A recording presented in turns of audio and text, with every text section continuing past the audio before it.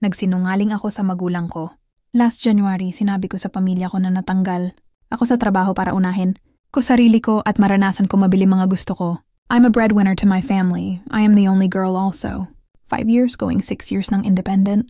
Dito sa syudad sa 6 na taon halos lahat nang nangyayari sa akin bawat araw alam ni mama.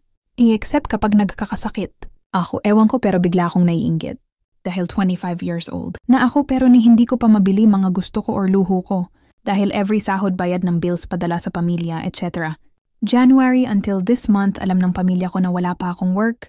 And ang sarap sa pakiramdam na may nagiging extra pa akong pera para sa luho ko. Hindi kinakapos, sumusobra pa. And I realized na kaya ko mag-ipon kapag sarili ko lang ang iniisip ko. 2 months rin na inuna ko sarili. Kusa sa 2 buwan na yon na-realize kung na totoo pala mga nakikita ko na nakadepende sa pera yung pakikisama nila sa'yo. Naranasan ko yon sa mismong pamilya ko. Halos araw-araw, tumatawag si mama para lang makipagkwentuhan. Pero nagbago lahat ng yon nung hindi na ako nagbibigay sa kanila. Sarili ko lang pala kakampi ko sa huli. Yan ang nasabi ko dahil sinubukan ko humingi sa mga kapatid ko for financial assistance.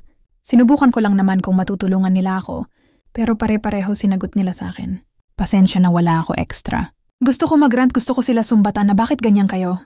Ako ba tinanong niyo muna dati kung may extra bago kayo huminging pang gasolina, pangbiling bagong sapatos at pang-allowance? Hindi, kasi ako yung ATM machine niyo. Lagi niyo pa sinasabi na malaki sahod ni ate kasi BPO yon.